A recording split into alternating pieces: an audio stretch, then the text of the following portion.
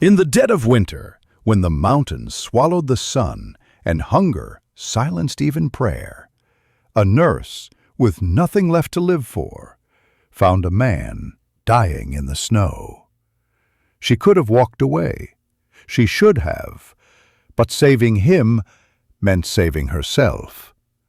This is the story of how a starving nurse healed a wealthy cowboy, and how that single act rewrote both of their lives forever. Stay with us. Before we dive in, don't forget to hit that subscribe button. We've got more powerful stories coming every single day, and you don't want to miss them. Now, let's begin. The mountains had gone quiet, the kind of quiet that comes only when winter has taken everything it wants. Snow lay heavy on the pines like a final warning, and the wind sighed through the valley as if mourning those who hadn't made it through the cold. In a small leaning cabin half buried in white, Eleanor O'Connor warmed her hands over a dying fire that smelled of wet bark and desperation. Her shawl was thin, her cheeks hollow. Hunger no longer growled, it simply existed, a dull, familiar ache that lived beneath her ribs like an old companion. She had once walked polished hospital halls in Chicago, a nurse people spoke of with respect. But reputations were as fragile as winter branches. One accusation had shattered everything. Now she lived where no memory could follow. The storm outside had lasted 3 days. Her food had lasted 2. Eleanor tied scraps of cloth around her boots and stepped into the snow to search for wood. Not hope, just wood. The cold bit through every layer she wore, but she kept walking. She had survived too much to surrender now. But the world was about to change, because out there, barely visible through the white, lay a dark shape collapsed in the snow, a horse standing beside it, and a man who had not yet given up his last breath. What Eleanor chose to do next would rewrite both of their destinies. The snowstorm thinned, just long enough for Eleanor to see the world beyond her own breath. What she'd first taken for a fallen log was shaped wrong, too still, too human. She felt her pulse quicken, though hunger had slowed nearly everything else inside her. She forced her numb legs forward, pushing through drifts that swallowed her to the knee.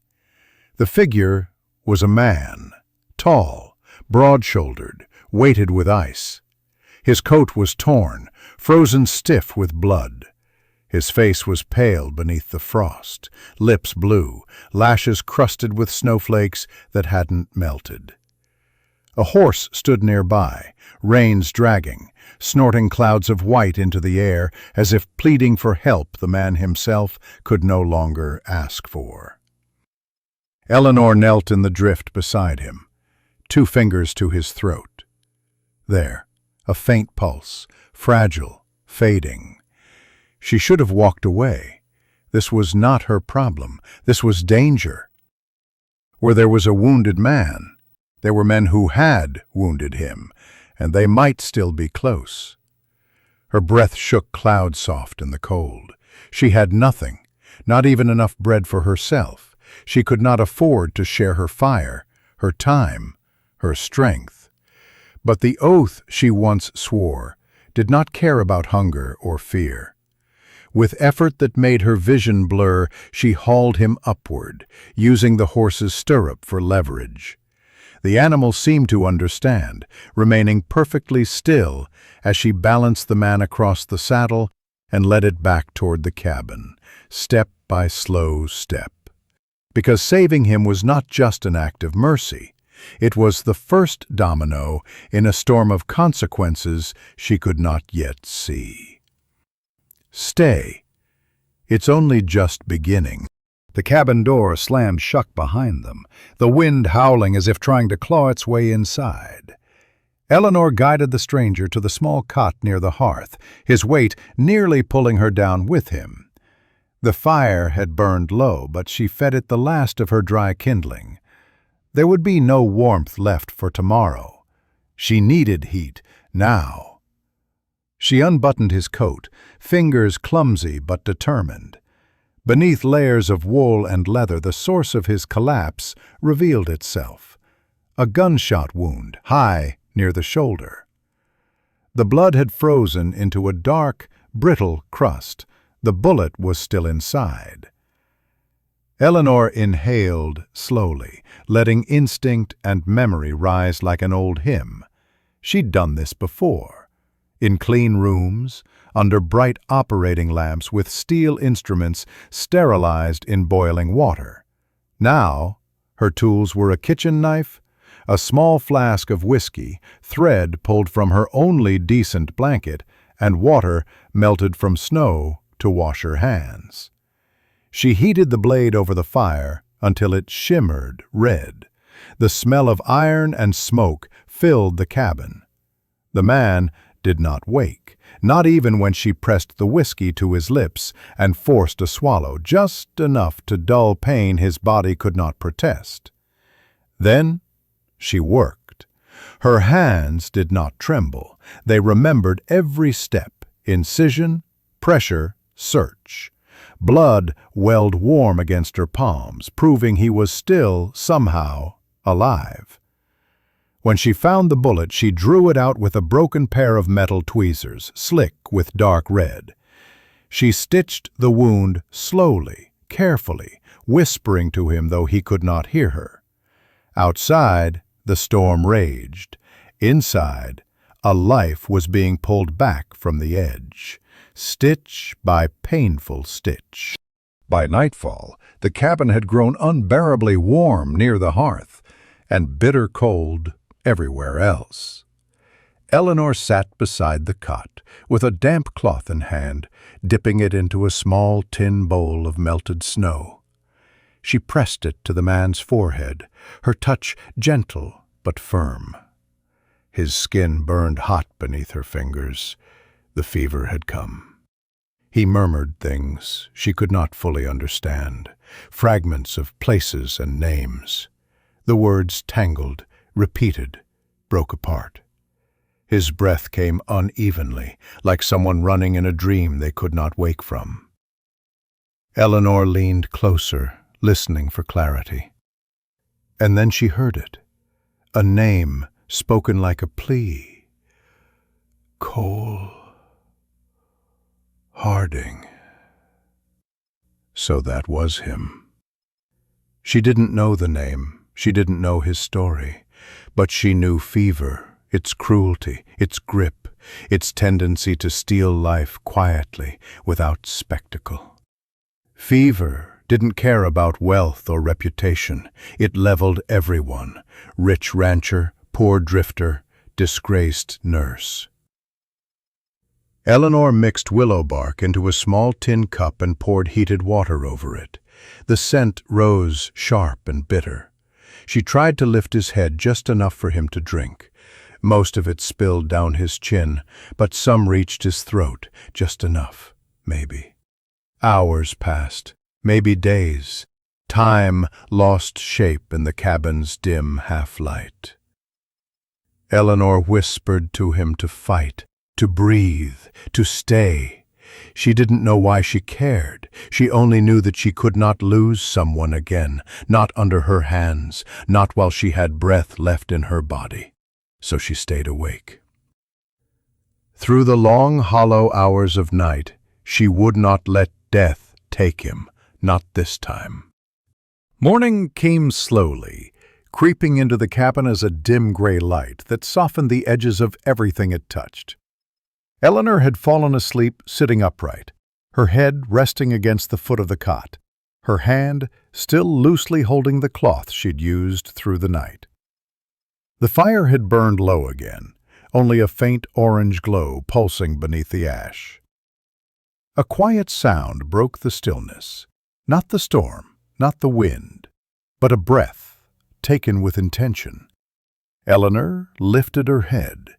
The man's eyes were open, not wide, not strong, but aware. His gaze drifted to her, confused but gentle, as though he were trying to gather the pieces of the world back into place.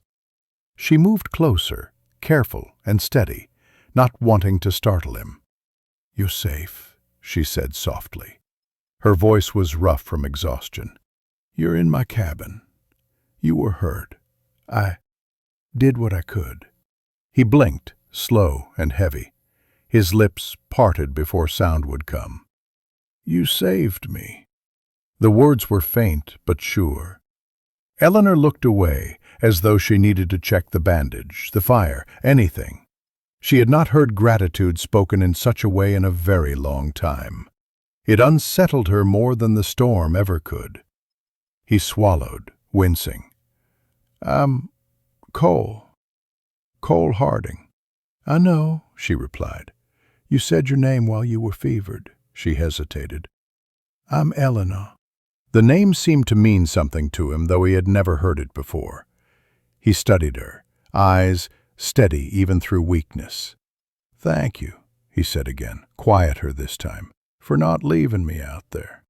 Eleanor didn't answer, but the look in her eyes said everything. She wasn't the kind of person who walked away. Cole's strength grew slowly over the next days. He was able to sit up now, though his breathing remained shallow, and the wound tugged sharply when he moved. Eleanor prepared thin broth from what little she had left, rationing each portion with careful precision. Survival was now a shared thing. Late afternoon brought an uneasy quiet. The kind of quiet that doesn't belong to nature, the kind that follows people. Cole's expression changed before Eleanor even heard it. Hoofbeats. Not many, maybe 3, maybe 4, but close. He reached instinctively for a weapon he did not have. Pain struck through him, forcing him back against the cot. Eleanor stood at the small window, peering through the frost-hazed glass.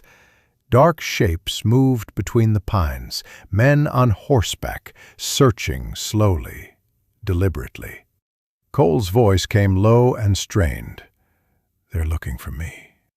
Eleanor's pulse quickened. "Are they here to help you?" she asked quietly, "or to finish what someone started?" Cole closed his eyes, jaw tightening. The latter. There was no time to think, only to move. Eleanor guided him off the cot and toward the trapdoor beneath the rug, the old root cellar carved into stone. Every step tore at his healing wound, but he said nothing. He lowered himself into the darkness as Eleanor pulled the rug back into place and steadied her breath. A fist struck the cabin door. What Eleanor did next would determine whether both of them lived to see spring. "Stay with us."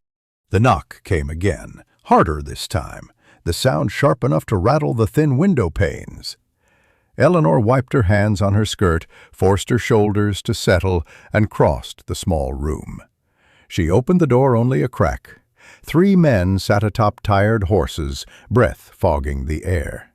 Their coats were dusted white with snow.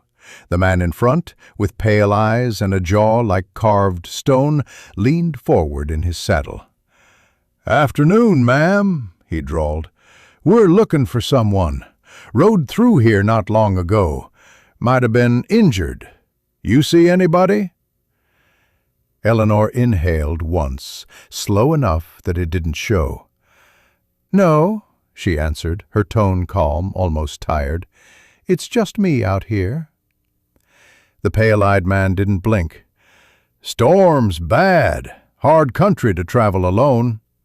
"I manage," she said simply. One of the others dismounted and walked around the cabin, pretending to stretch his legs, but his gaze searched every corner. Eleanor's pulse thrummed, but she kept her expression steady. The rug over the cellar lay perfectly flat. The fire crackled softly. There was no second coat on the peg, no extra boots by the door. She had hidden every sign. The pale-eyed man dismounted next. He stepped close enough Eleanor could smell the cold leather and stale tobacco in his coat. "Funny thing," he murmured. "Someone said there's a nurse living up in these woods. A healer. Quiet type." Eleanor kept her hands still. "Not anymore." A long moment stretched between them, drawn thin, sharp as ice. Then the man smiled, not kindly. "Well," he said, stepping back, "if you do see him, he's worth a generous reward. Dead or alive makes no difference to us." He tipped his hat. The others mounted up.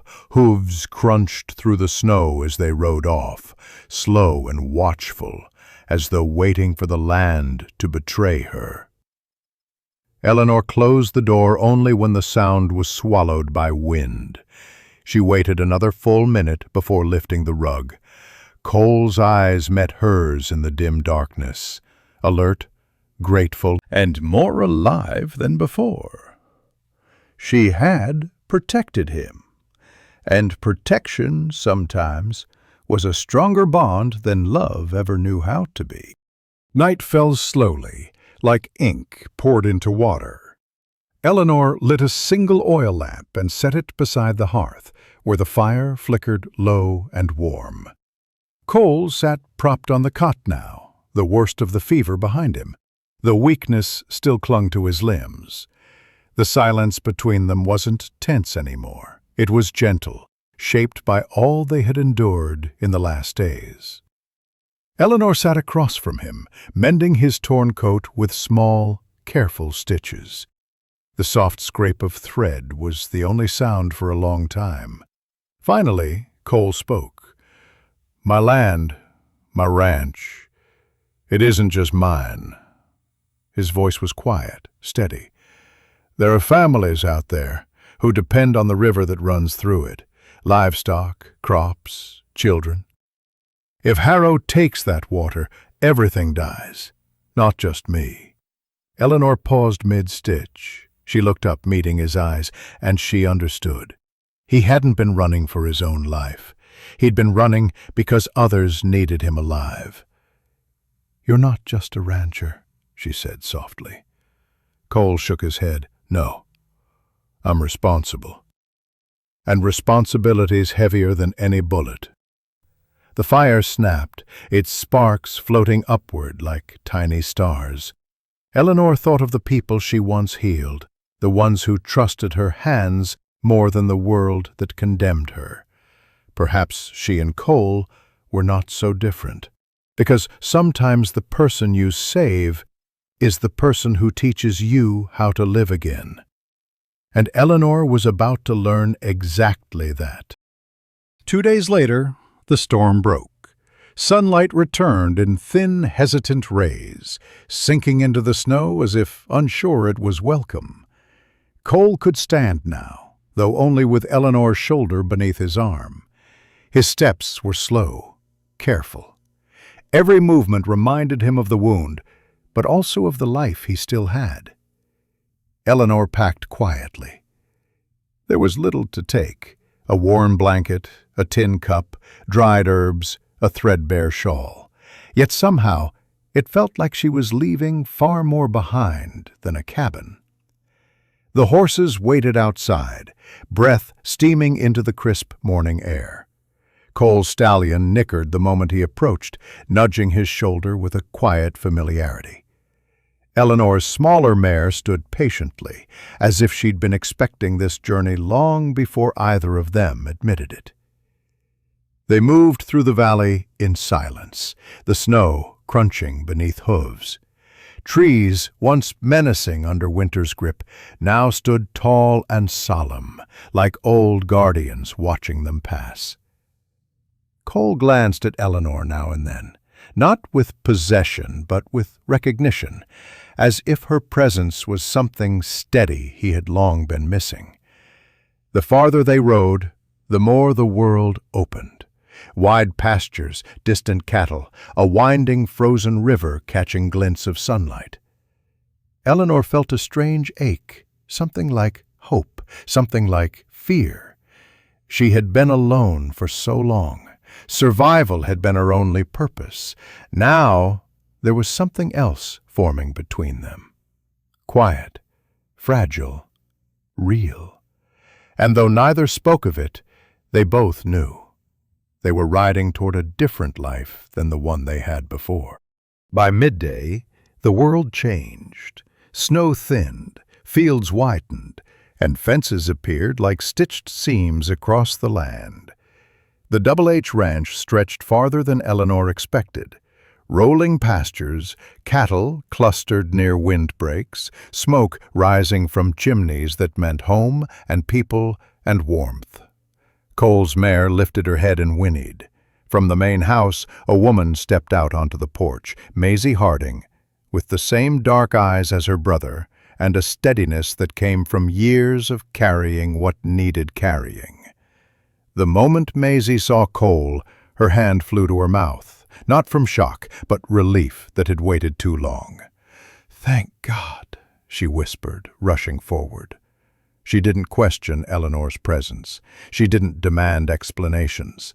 She simply slipped her arm beneath Cole's uninjured side and helped Eleanor guide him inside. The house smelled of baking bread, wood polish, and life. Warmth wrapped around Eleanor like something she had forgotten how to feel. Maisie insisted Eleanor sit, rest, eat, but Eleanor declined, motioning toward Cole instead. "He's healing," she said softly, "but he needs care. Real rest." Maisie nodded, but her eyes stayed on Eleanor, searching, not with suspicion, but gratitude. "Then stay," Maisie said simply. "Stay and help us." Eleanor's breath caught, not from fear, but from the unfamiliar weight of being wanted. Because sometimes the place you were running from isn't nearly as powerful as the place you're meant to arrive. "Stay with me." The heart of this story is just beginning. The days that followed were unlike any Eleanor had known in a very long time. Word spread quickly across the valley. Cole Harding had returned, and with him a quiet stranger who knew how to heal. Soon, ranch hands came to the porch with frostbitten fingers, infected cuts, and aching joints from years of labor. Mothers arrived with feverish children wrapped in quilts. Even old ranch dogs limped their way to her side, trusting her touch. And Eleanor did what she had once believed she had lost forever. She healed. She cleaned wounds, made poultices from wild herbs Maisie fetched from storage, and taught ranchers how to boil water properly before tending cuts. Her hands remembered everything, the gentle pressure, the steady breath, the way to speak softly so fear loosened its grip. People didn't pay her in coin.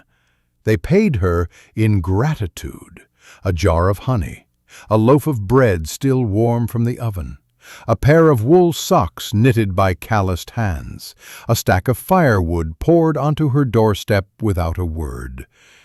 These small acts rebuilt something inside her that hunger and shame had nearly destroyed. One evening, as she cleaned her tools in the warm glow of the kitchen lantern, Maisie leaned against the doorframe, arms crossed and a knowing softness in her eyes. "You belong here," Maisie said quietly. No question, a truth. Eleanor froze for a breath, then another. Belonging was something she had once prayed for, then buried, convinced she would never know its shape again. But here, in this valley, surrounded by people who needed her not for who she had been, but for who she was now, Eleanor felt something she had not felt in months. She felt whole.